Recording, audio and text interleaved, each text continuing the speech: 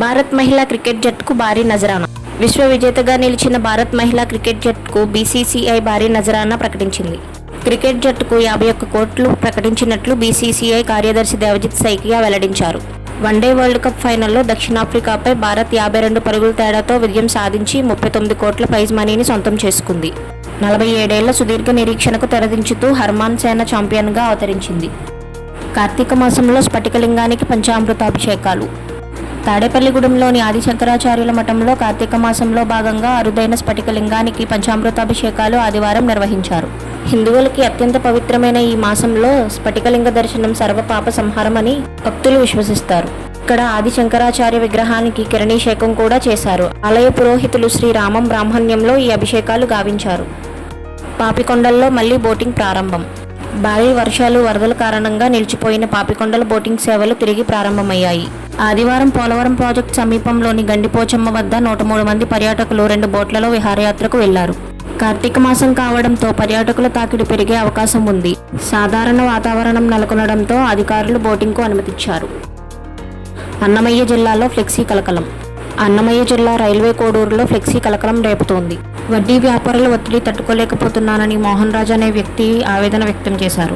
పాత ఇనుప సామాన్లు వ్యాపారం చేస్తూ లారీలు కొని నష్టపోయినట్లు పేర్కొన్నారు.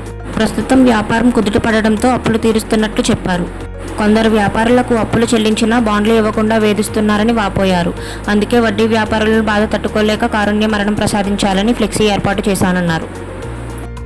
చింతలపూడిలో మెగా రక్తదాన శిబిరం. ఏలూరు జిల్లా చింతలపూడి నగర పంచాయతీ వీకేఎం ఫంక్షన్ హాల్లో సోమవారం పోలీసులు అమరవీరుల సంస్మరణ దినోత్సవం సందర్భంగా మెగా రక్తదాన శిబిరం నిర్వహించారు. Chintalapudi circle police Jangareddygudem division ఆధ్వర్యంలో ఇండియన్ రెడ్ క్రాస్ సొసైటీ, మానవతా స్వచ్ఛంద సేవ సంస్థల సహకారంతో ఈ కార్యక్రమం జరిగింది. పలువురు స్వచ్ఛందంగా రక్తదానం చేశారు. ఏలూరు రూరల్ పోలీసులు వేగవంతమైన చర్య. ఏలూరు జిల్లాలో సోమవారం తప్పిపోయిన 12 ఏళ్ల బాలికను పోలీసులు కేవలం 15 నిమిషాల్లో గుర్తించి సురక్షితంగా తల్లిదండ్రులకు అప్పగించారు. డైల్ 112 ద్వారా సమాచారం అందిన వెంటనే ఎస్ నాగబాబు తన సిబ్బందితో మాదేపల్లి గ్రామానికి చేరుకుని చాకచక్యంగా గాలింపు చర్యలు చేపట్టి బాలికను కనుగొన్నారు. పోలీసుల వేగవంతమైన స్పందనకు బాలిక తల్లిదండ్రులు కృతజ్ఞతలు తెలిపారు. మెడికల్ కళాశాలల ప్రైవేటీకరణకు వ్యతిరేకంగా కోటి సంతకాల సేకరణ. మెడికల్ కళాశాలల ప్రైవేటీకరణ ప్రజలకు నష్టం చేస్తుందని వైఎస్ ఎంపీపీ కోటగిరి రాజానాయన అన్నారు. వైఎస్ఆర్సీపీ చేపట్టిన కోటి సంతకాల సేకరణ రచ్చబండ కార్యక్రమం లోపూడి గ్రామంలో వైసీపీ మండల అధ్యక్షుడు నాగమల్లేశ్వరరావు ఆధ్వర్యంలో సోమవారం జరిగింది. మాజీ సీఎం జగన్ ప్రారంభించిన కళాశాలలు పేదలకు విద్య, వైద్యం అందుబాటులోకి తెచ్చాయని చెప్పారు. కూటమి ప్రభుత్వ ప్రైవేటీకరణ నిర్ణయాన్ని వెనక్కి తీసుకోవాలంటూ ప్రజల్లో చైతన్యం కల్పించేందుకు ఈ సంతకాల సేకరణ చేపట్టామని తెలిపారు. జోగి రమేష్ కుటుంబంపై ప్రభుత్వ ఆస్తుల ధ్వంసం కేసు. మాజీ మంత్రి జోగి రమేష్ కుటుంబంపై ప్రభుత్వ ఆస్తుల ధ్వంసం కేసు నమోదయ్యింది. నిన్న వైద్య పరీక్షలకు జోగి రమేష్ను పోలీసులు ప్రభుత్వ ఆసుపత్రికి తరలించారు. ఆ సమయంలో వైసీపీ అనుచరులు జోగి రమేష్ భార్య శకుంతల, కుమారుడు రాజీవ్, రోహిత్లు భారీగా చేరుకున్నారు.